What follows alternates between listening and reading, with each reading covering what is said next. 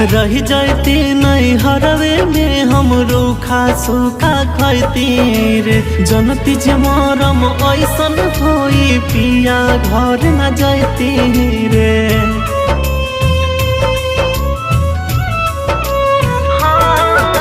रही जाती नहीं हरवे में हम रूखा सूखा खैती रे। जनती जे मरम ऐसन होई पिया घर न जाती रे।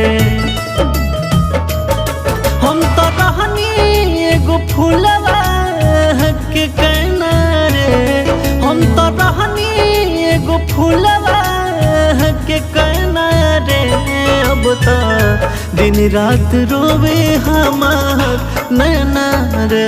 अब तो दिन रात रोवे दोनों नैना रे। अब तो दिन रात रो